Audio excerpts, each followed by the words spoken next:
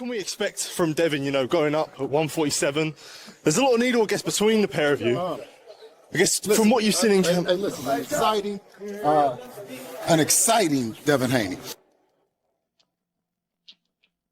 Let's sit it right there. I just told you is that if you don't want to fight, then you don't want to fight. There's no clauses, there's no catches, there's no nothing. Yeah. He just capping for like social media. Like he not gonna be like realistic about the situation. Bill Haney has delivered a stern message to Shakur Stevenson after news emerged that Devin Haney versus Shakur has been finalized. The warning comes as anticipation builds for what could be boxing's next major showdown. Shakur Stevenson. I told y'all Dev will beat the shit out of Shakur Stevenson. Yes, but did you talk to Turkey out of sheet? He gonna beat Rockstar Shakur? Beat the shit out of Shakur. Rockstar, he gonna beat the shit out of Rockstar Shakur Stevenson. Beat the shit. Shakur's no different than everybody else. They're all really good. Devin is special. He has the style, he has the confidence, he has the ability to navigate his own career in a way that he's able to fight all of them, and he fares a great chance against all of them. That's something that's special. That's something that's rare. That's Devin Haney. Haney spoke with unwavering confidence, emphasizing that Shakur will encounter world-class speed, impenetrable defense, and proven championship pedigree. He guaranteed no easy paths and a grueling examination that will reveal every flaw under the bright lights with global audiences watching. You know, I want your thoughts on Shakur saying he not fighting Dev unless he got a rehydration clause. Shakur, man, honestly, you know what I mean? Because, you know, I can pop it on channels and like that and do that, and you know what I mean? And we can have fun with it. But, you know, over here on the Boxing Voice, right, I want to ask, in or around the division, every bad motherfucker around Devin has gotten an offer to fight, or they've been in the ring, or, I mean, who else has that happened with? All the fights that the people want to see Devin fight, the person that got either a contract or Devin and got in the ring with him. Can we say that about anybody else? The anticipated clash between Shakur Stevenson and Devin Haney has evolved into boxing's most discussed potential mega fight, with backstory and deal-making efforts spanning multiple years of speculation and interest. Do you think that, like, was that ever something that you wanted to consider, though? Like, also, because I think people say this narrative was like, yo, if you know you could beat him, just fight him. Yeah, but why would I fight this nigga for the least money that I could get when it's like, okay, cool, let's go through the WBC, because that's what I did that they're trying to ignore. Right. They're going to ignore that whole part. I said, WBC, y'all do y'all job, enforce the fight, and we're going to do it that way. They gave him the deadline to figure out was he going to fight me or fight Regis. That man decided to move up. Yeah. But I really made the WBC do their job. That's what it really came down to. And whatever percentage that they was going to offer, that's what it was going to be at the end of the day. So if they would have came back and said 75-25, would you I would have had no choice. I just try to go around the bullshit that was presented, because that's bullshit. Like, I'm a 2-division world champ. I unified at 130 in one of the biggest fights at 130 pounds. Like, Stevenson has been candid about his requirements, stating that any prospective match at 47 pounds must include stringent weight restrictions following the official weigh-in ceremony. Y'all want me to come to 147, I'm coming there with rehydration clause. I don't even do that. But why am I going up to these guys' weight classes if I'm not planning on going there? So any of y'all want to fight me at 147? Yeah, rehydration. 10 pounds. 10-pound rehydration. Like the IBF rule, basically. You got to understand, that means on fight night, when we get in the ring, they're going to be 157, maybe 158. Max. No bigger than 160 that night. Right. I'm cool with that. So if we could get it, like, all right, like the IBF rule, 10-pound rehydration. Yes, but think about it. If there's no rehydration clause, these guys going to give it up to 170 pounds. Yeah, 175. I'm in the 140s on fight night. Yeah. So if I'm 140, they 170. Bro, what am I in here wrestling around with these? Bill Haney has maintained an unwavering position regarding rehydration restrictions, declaring he will not accept such limitations for Devin Haney's contests, a viewpoint that would directly conflict with negotiations should Shakur Stevenson insist on one during contract discussions. He's on the list. Is that a fight you guys are seeking, or are you leaving it alone since he's saying that it would require Devin to get a rehydration clause? Is that something you're willing to get on the phone and discuss how many pounds exactly? Well, when you're speaking about Debo, you might hear a whole lot of that's inconsistent with things that you say about normal fighters. When you talk about a generational talent like Dev, you would expect those that are elite to look to have, to be on a level playing field.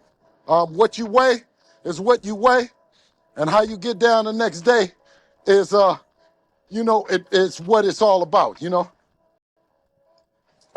that's what that is. Bill Haney has stated unequivocally that he refuses to entertain catchweight discussions for any potential bout featuring his son, Devin Haney, a philosophy stemming from his complete rejection of rehydration restrictions or weight conditions that might compromise Devin's natural physical advantages. You willing to do a catchweight, which is what he wants to put on, not a catchweight, but a rehydration, which is what he said it would require in order for him to fight Devin?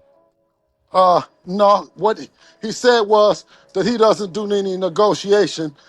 He has a management team that does it.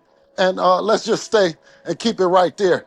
Everything that he's saying, he's not going to 100% stand on it, because he says he doesn't negotiate against himself and refers back to his team. So I can't take any of that serious, especially, like I said, given an opportunity that you understand that he says that based on Conor Ben doing something that he felt might be unfair and putting it on Chris Eubank is what he's saying that he might do to him. Bruce Carrington expressed his conviction that Shakur Stevenson will systematically outclass Devin Haney through superior distance management, precise timing, and superior positioning. Carrington believes Shakur's movement, defensive prowess, and tactical intelligence would completely neutralize Haney's jab, minimize exchanges, and transform the encounter into a masterful technical exhibition. Who would you favor at 147 between him and Devin? Shakur? That's a tough fight. I like both of those styles together, but I do think that Shakur is just more defensively aware, sound and aware. It's possible that Shakur may win that fight. I feel like he's a problem for a lot of guys because of his style. But Devin and both of those styles together, that's a great matchup. And I don't know. That's actually a really good fight. I genuinely don't know. According to numerous boxing experts, Shakur Stevenson displays every attribute necessary to emerge as boxing's upcoming superstar, combining technical excellence, defensive brilliance, and remarkable boxing intelligence that positions him to lead the sport into its next chapter, especially as audiences grow to value elite craftsmanship over raw knockout power. Conor Ben, there's a lot of fights that Shakur can be involved in and beat all these dudes, man. Beat all of them. Has a chance of beating all of them, right? And solidifying, his mark in the sport, being, the great of his generation. When Crawford left, I told y'all that, Shakur was the next guy on the throne. And I truly wholeheartedly still believe that. I know there's guys that has worked with Shakur in the past that swear up and down. Oh, I even forgot Murataya. Murataya is there too. Guys like Andy Cruz. I mean, there's a lot of talented guys that people respect that Shakur has the ability to. His methodical style and ring intelligence distinguish him from his peers, establishing him as a potentially transformative presence in boxing's landscape, especially as he continues accumulating important wins while preserving his perfect professional record. Fighting all those guys and putting that on his resume, man, we talking about we talking about legendary status. We talking about Mount Rushmore type of stuff, because, all these guys are the elite guys of this generation and people respect them. And if Shakur was to beat them, he's going to definitely make his mark heavy in the sport and become extremely popular, even more popular than what Terrence Crawford is right now, and I feel like Shakur can be that face of American boxing that, we've always had. We have Floyd Mayweather. I think he can be as popular as Floyd Mayweather, if not more popular than Floyd Mayweather, so I don't know, man. Guys, tell me what you think. Am I tripping? But there's a lot of potential matchup for Shakur that can really grow his star, man. A prospective Shakur Stevenson versus Devin Haney encounter represents a genuine super fight opportunity for boxing, bringing together two of the division's most promising talents. Both competitors remain unbeaten, possess exceptional technical abilities, and demonstrate intense motivation to solidify their places in history, ensuring the bout would feature elite-level talent, tactical brilliance, and pure entertainment value while mesmerizing global audiences and establishing a fresh chapter in professional boxing. The dream confirms what I've been saying. 3-division world champion, former undisputed lightweight, former WBC junior welterweight, and reigning WBO welterweight world champion, first ballot Hall of Famer once he retires, superstar boxer, top 5 pound-for-pound best fighters in the world, Devin "The Dream" Haney, 33 wins, no loss and no draw, 15 wins by way of knockout.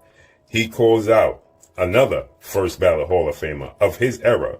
Ironically enough, Devin Haney is 27, and the person he calls out is 28 years old, who's another first ballot Hall of Famer, Olympic silver medalist, 4-division world champion, former unified super featherweight, who simultaneously up until yesterday held the WBC 135-pound title and the WBO 140-pound junior welterweight title.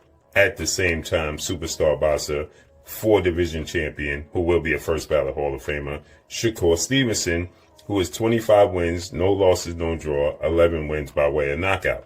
So Shakur Stevenson and Devin Haney, as I said, and Devin Haney confirmed it, as you see there, this is the next super fight in the sport of boxing. Devin Haney has solidly positioned himself among boxing's most technically accomplished competitors, gaining widespread acclaim for his explosive reflexes, surgical precision, and calculated ring approach. Experts consistently commend his fight management abilities, opponent adaptation skills, and mental toughness under intense pressure, characteristics that establish him as a dangerous opponent for any challenger.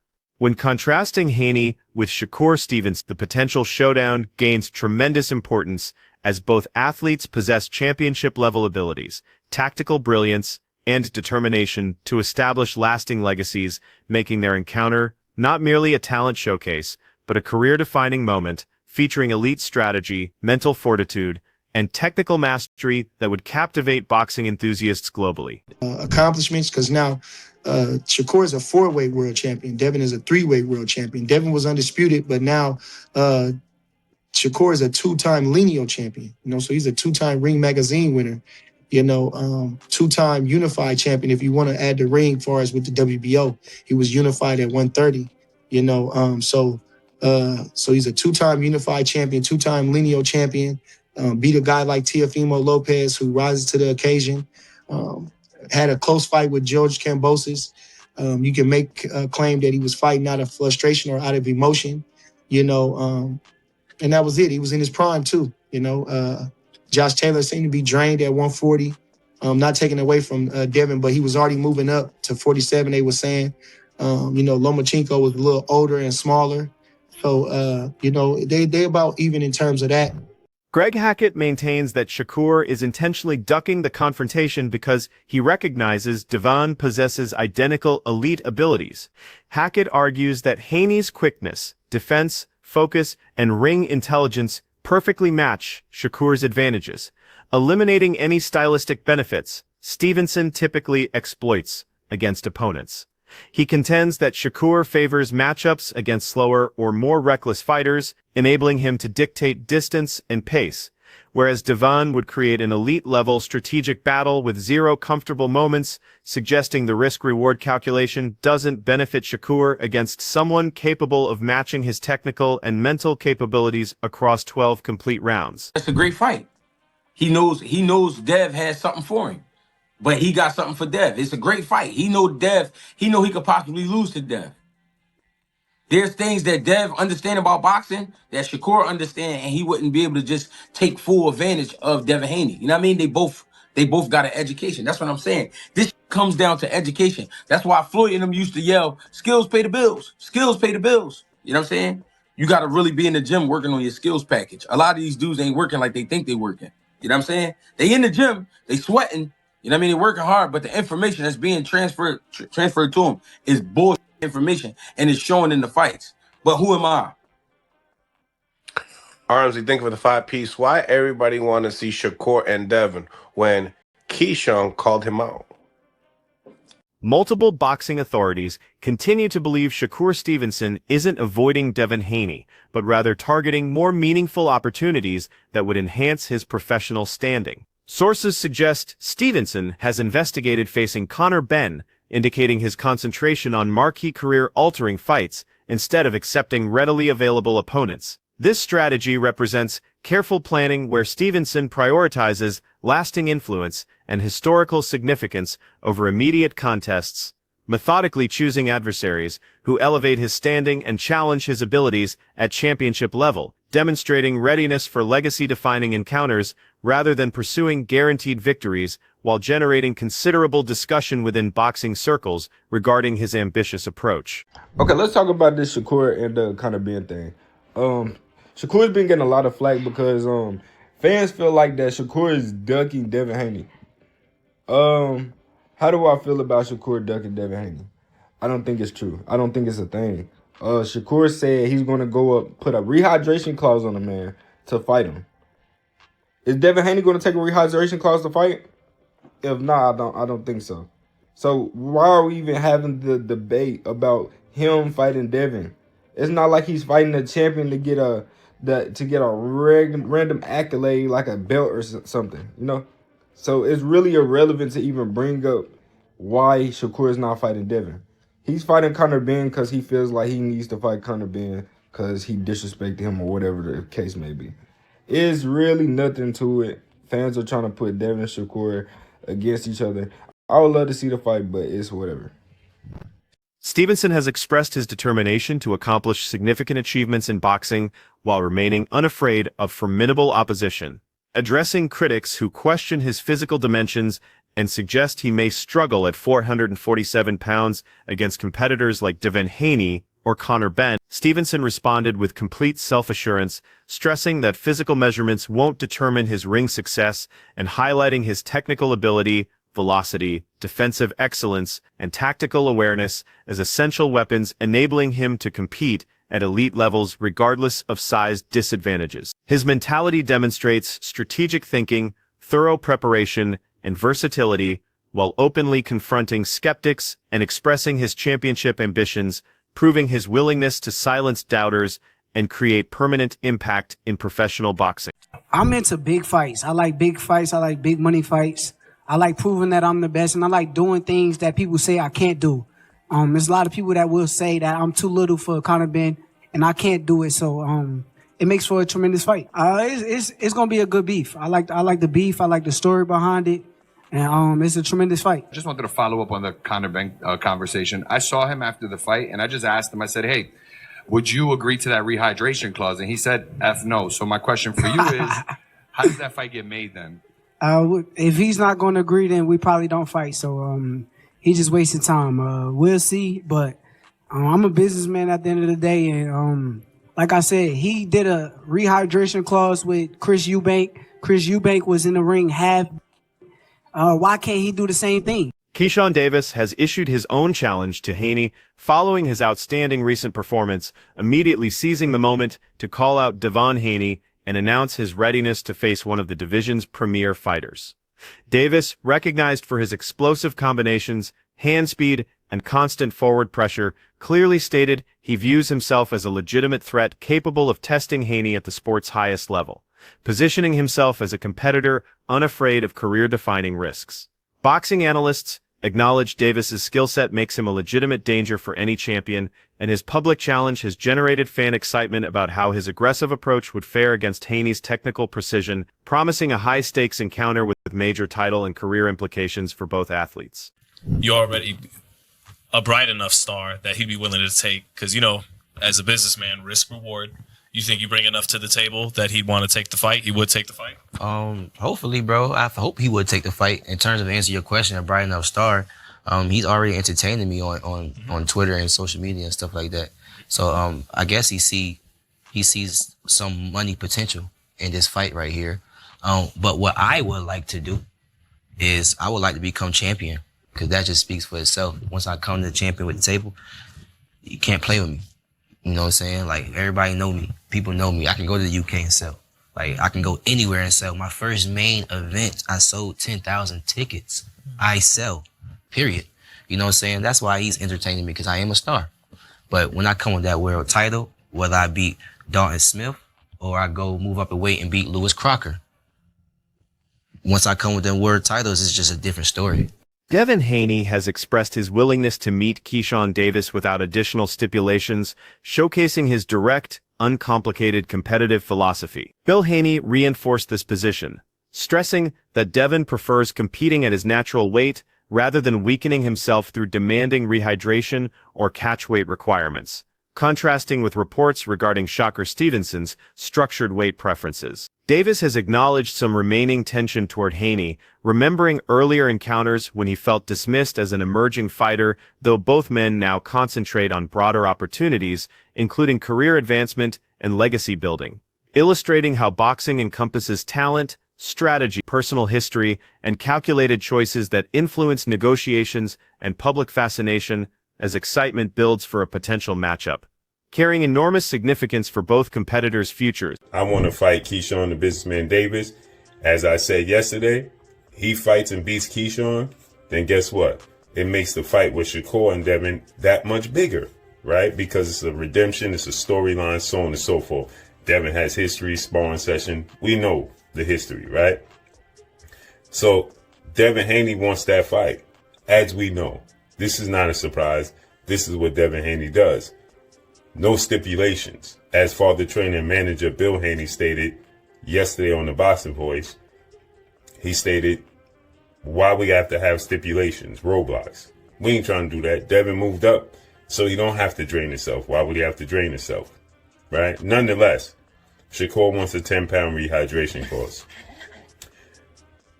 Keyshawn the Businessman Davis, as you're going to see right here, he explains why he don't like Devin Haney. Because, and people are asking me and sending me, and this is an old clip that Keyshawn did with Wallow and Gilly, and people are asking me my thoughts is resurfaced because obviously the Devin Haney, Keyshawn Davis, saga has started to kick up dust. Can Shakur Stevenson successfully outclass Devin Haney through superior boxing skills? Or will Haney's technical mastery and strategic approach secure victory? Share your predictions below.